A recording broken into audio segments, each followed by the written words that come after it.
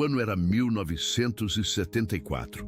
Connie Converse, uma mulher de 50 anos, estava sentada em seu carro. O motor já estava ligado, o som baixo, quase um sussurro na quietude da noite. Ela olhou para a casa de sua família uma última vez, sem emoção aparente. A fachada escura, as janelas apagadas, pareciam engolir qualquer resquício de luz ou calor que um dia pudesse ter existido ali para ela. Não havia lágrimas, nem suspiros dramáticos, apenas um olhar fixo, quase vazio. Em um envelope deixado na mesa da cozinha, cuidadosamente selado, estavam duas cartas. Uma para seu irmão, outra para sua cunhada. As palavras eram diretas, sem rodeios.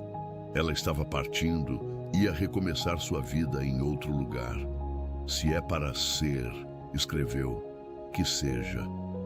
O tom era de uma finalidade irrevogável, como se a decisão tivesse sido tomada há muito tempo e aquele momento fosse apenas a execução de um plano. Não havia espaço para negociação, para dúvidas.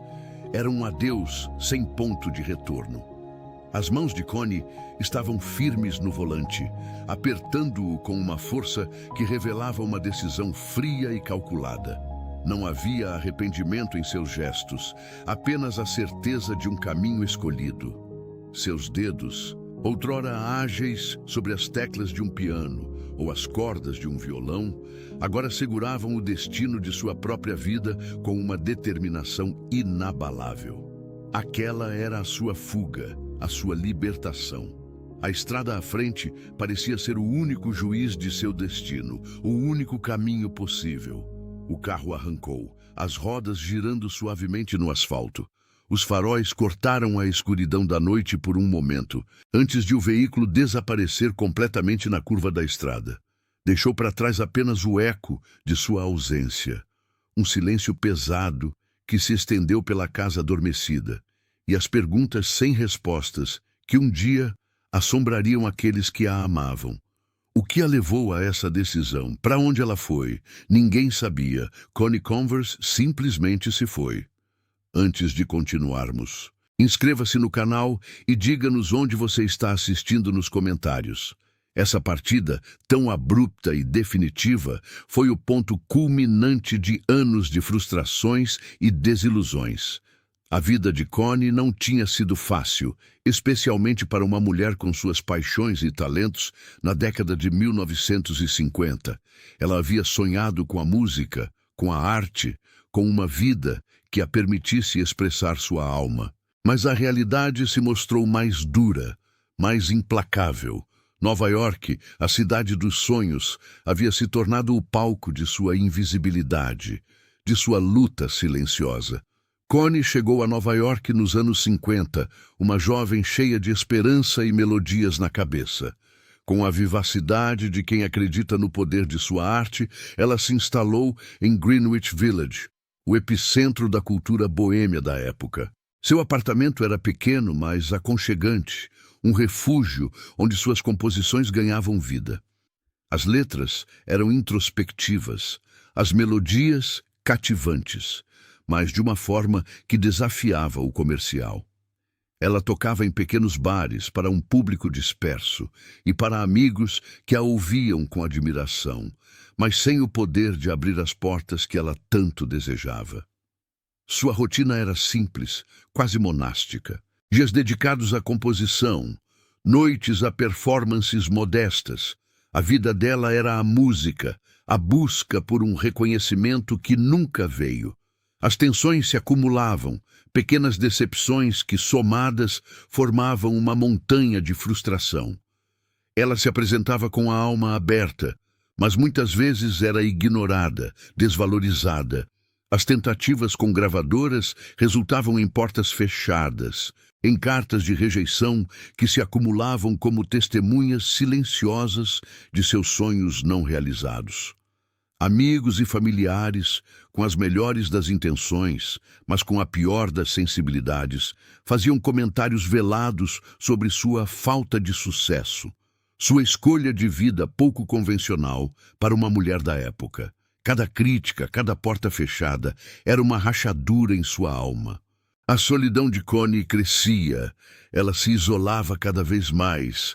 Parou de compartilhar suas composições, evitava reuniões sociais, e o sorriso que um dia iluminava seu rosto diminuía, até quase desaparecer. A frustração de ver outros músicos, talvez menos talentosos, alcançarem o sucesso enquanto ela permanecia na obscuridade, gerava um ressentimento silencioso, um veneno lento que a consumia por dentro.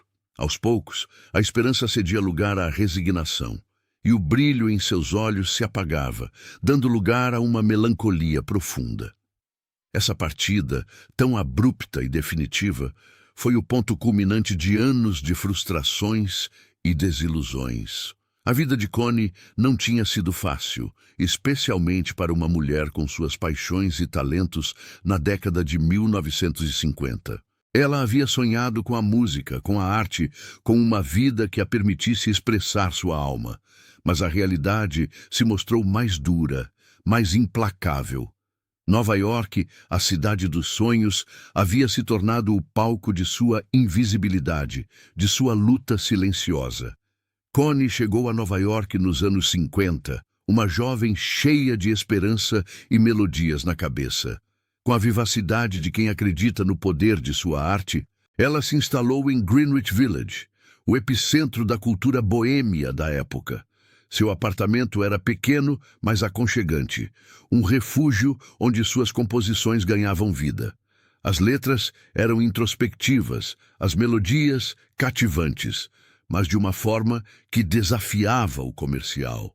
Ela tocava em pequenos bares, para um público disperso e para amigos que a ouviam com admiração, mas sem o poder de abrir as portas que ela tanto desejava.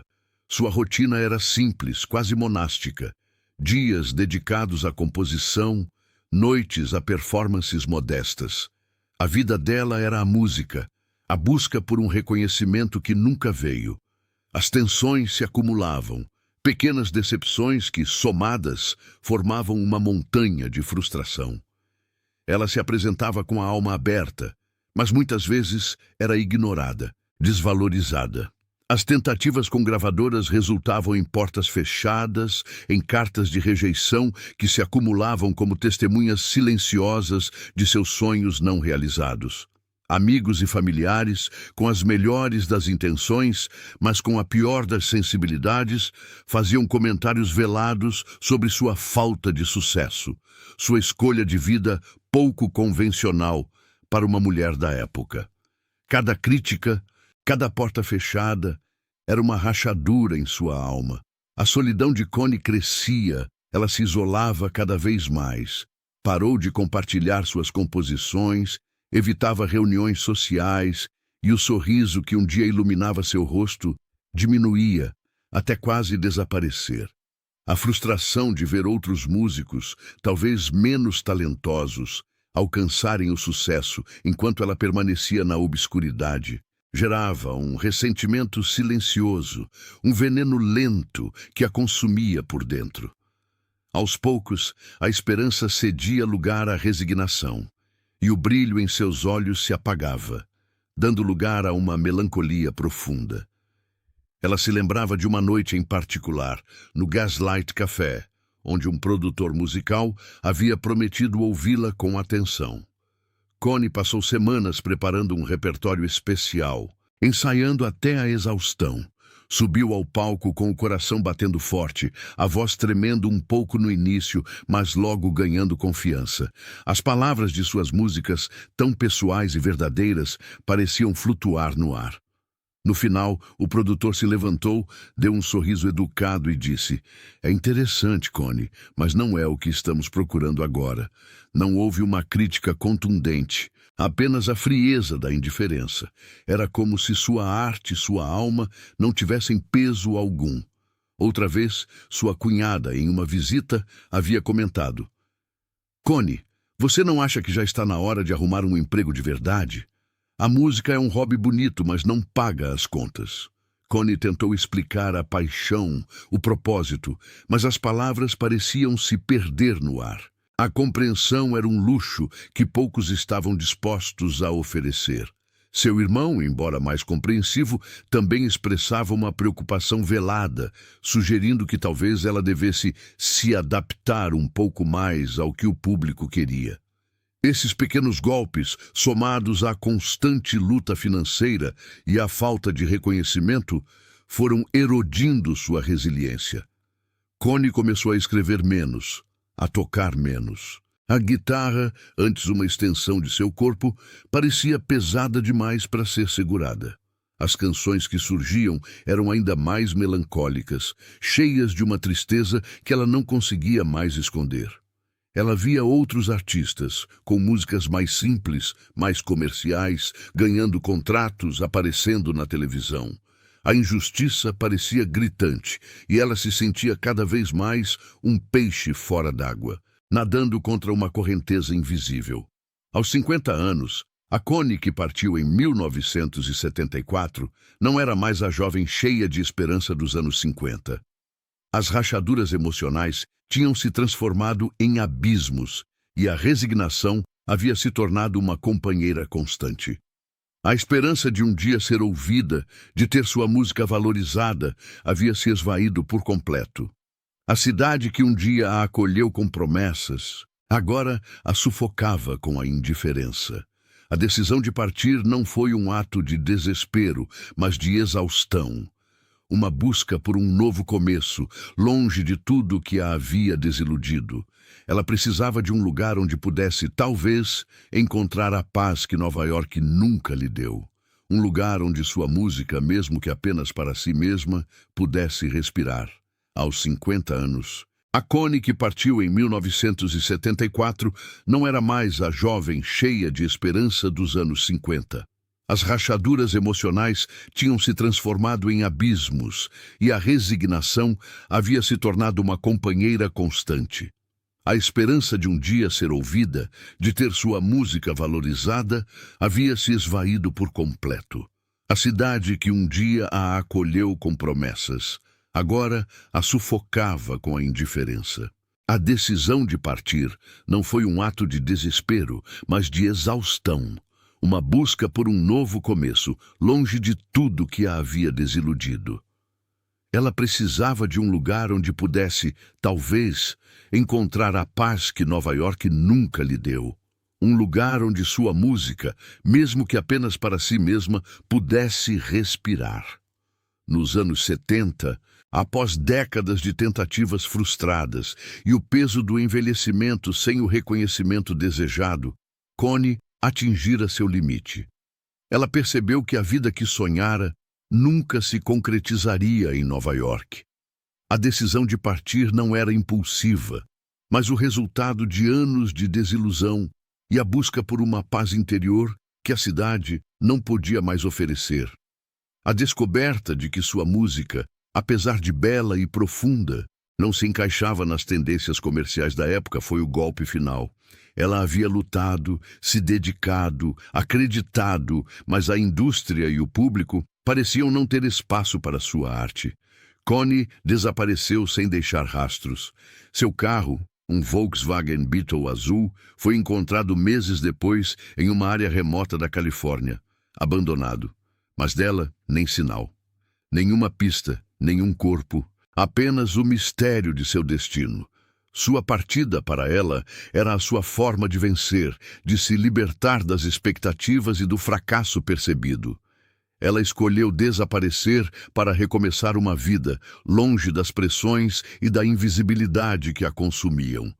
Era um ato de autodeterminação, uma maneira de reescrever seu próprio final, mesmo que isso significasse apagar-se do mundo conhecido. O desaparecimento de Connie Converse se tornou um dos maiores mistérios da música. Seu irmão, anos depois, tentou encontrar respostas, revirando cada canto, cada lembrança, mas sem sucesso. A dor da incerteza era um fardo pesado para a família, que nunca soube se ela estava viva ou morta, feliz ou sofrendo. As cartas que ela deixou foram a última comunicação, um adeus enigmático que apenas aprofundou o mistério. Décadas mais tarde, suas músicas, gravadas de forma amadora em fitas cassete e esquecidas em gavetas, foram redescobertas.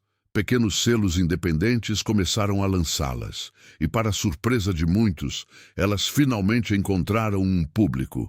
Críticos a aclamaram como uma pioneira, uma artista à frente de seu tempo, cuja introspecção e melancolia ressoavam com uma nova geração. Mas Connie nunca soube disso. Ela nunca experimentou o reconhecimento pelo qual tanto lutou em vida. Seu sucesso veio póstumamente, um eco tardio de uma voz que se calou.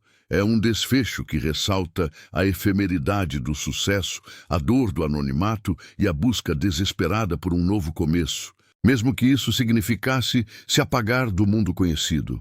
Connie Converse não encontrou o sucesso em vida, mas sua música e seu desaparecimento enigmático ecoam como um lamento atemporal, questionando o verdadeiro significado de ser encontrado. Sua história nos faz pensar sobre o preço da arte, o peso da invisibilidade e a coragem de quem decide, por conta própria, sumir para finalmente se encontrar. A estrada que ela pegou em 1974 pode ter sido o caminho para a liberdade, ou para um silêncio ainda mais profundo. Ninguém jamais saberá ao certo.